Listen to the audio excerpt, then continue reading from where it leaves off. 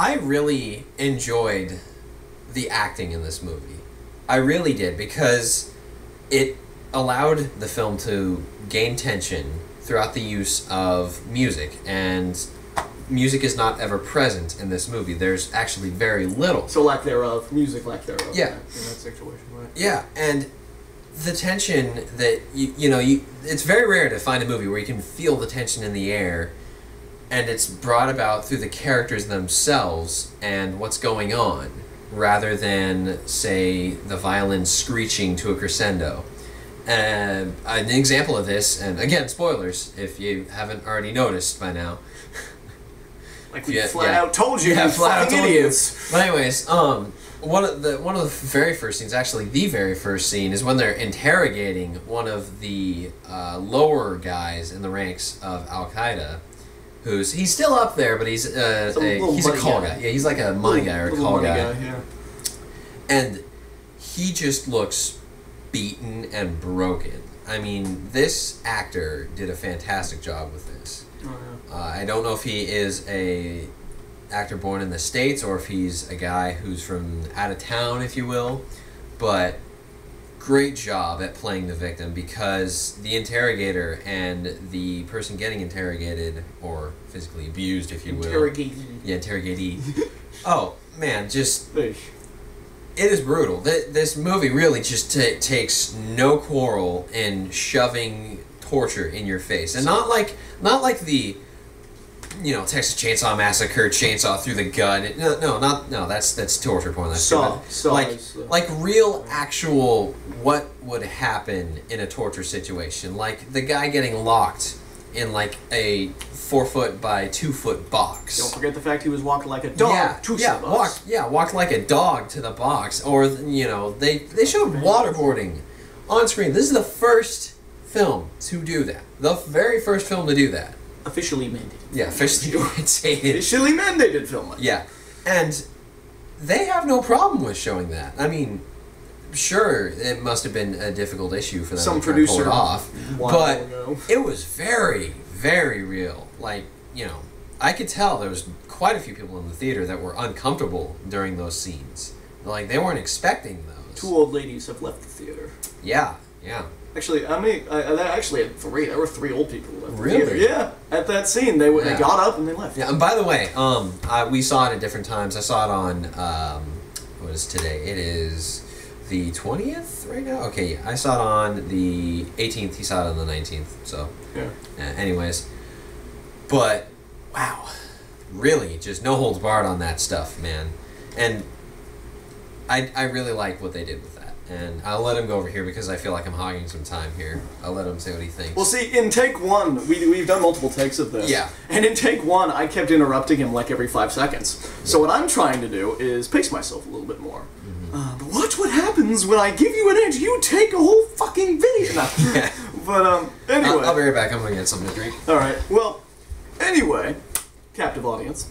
The nice thing about Zero Dark 30 and the characters is all of them are not like movie characters. These are characters that could exist within the confines of this actual real event. So the people who actually were in the assassination of Osama bin Laden dealt with that, the Marines who were in that, the CIA operatives that went in with that, all of the people who are acting those parts in this movie acted pretty much like they would in the actual assassinations. Yeah. So that's really what the key thing is, really with any actor in any movie, is you have to play, unless it's like a goofy sort of movie, like a over-the-top action movie or a Mel Brooks comedy. Yeah, Yeah. Although Jack Black in real life acts like that. Yeah, but, but you get the point here. You have to act as if the character exists in real life, that is how he or she would act. The same way that you acted within their role in another film. And so in Zero Dark 30, there's no characters that I don't think would not exist in the confines of this in real life. Yeah, I think every single one of those characters could be an actual person and is. Yeah, they're not playing characters, they're playing people. Yeah. And that's a really important thing that I feel gets lost in a lot of movies, is the fact that these people they're not playing characters unless they're character actors, in which case, I mean, you know, John Wayne, he plays John Wayne in every movie he's in. You know, there are character actors, but in something like this, and especially in a movie like Zero Dark 30, you have to play people. You can't be a character actor within the confines of something like this. And I think every single member of that cast did that really, really well. So, but that one woman, I think there was one bit, I was contemplating this for a while, and the redhead, Maya, there was this one bit when she was trying to track down the courier. Remember the family courier? That was a big was thing. it Abu Ahmed or something like that? Abu Ahmed. I remember he tried to get into Kuwait with his last name being like Abu Ahmed Kuwaiti. Yeah. Kuwait or Kuwaiti. Anyway, but one of the other operatives says to her, "How's your boyfriend doing?" And you know, as a joke on the fact that she follows this guy like crazy. If she was a man, that wouldn't happen. I don't think. Remember in Zero Dark 30 when she was, you know, she was obsessing over this, and a male coworker said, "How's your boyfriend doing?" If she was a man, that would not happen. No, I do get that. That was the one thing that I thought about it later, and I went, that wouldn't happen if she was a dude. Yeah, well, then it'd be just being like, how's your creepy stalker friend? Or how's your creepy how's your stalking victim? Yeah, how's your stalking victim doing? Yeah, you know. Makes it sound like some twisted Christmas, killing. Well, anyways, I'll let But I don't know. That was something that kind of stood out. Yeah. But other than that, you know, that all the characters in that were very, very well acted. And none of them were unbelievable, which, again, given the confines of this is a fucking assassination of Osama bin Laden movie, that needed to be done and was done. So, congrats to the entire cast on that one. And back to the torture scenes that you were talking about, the grittiness of that. I always thought that waterboarding was being attached to a board, having a plastic bag being put over your head and dumped into a little kiddie swimming pool. With the snorkel squids on it. Yeah, the snorkel squids, and you've seen them. They're at Walgreens and whatnot. But the way, I mean, and they couldn't show that on screen. They showed a variation on it, from what I understand. But it's still some hardcore shit. Yeah. Really hardcore shit. But admittedly, the interesting thing about the torture scenes in there is the D10E program was exposed, of course, with that pyramid of naked dudes. It was all over the internet, so to speak. And with George Bush, I remember there was a parody image where he had like this. It was in The Onion, and George Bush had this lighter and this pile of corpses. He was like, you know. But when that came out, Obama kind of put a stop to the D10E program, which is how the CIA got so much information on this. So when they didn't, it was like, what the fuck are we supposed to do? So you get this sort of inward perspective on this, where they got information this way.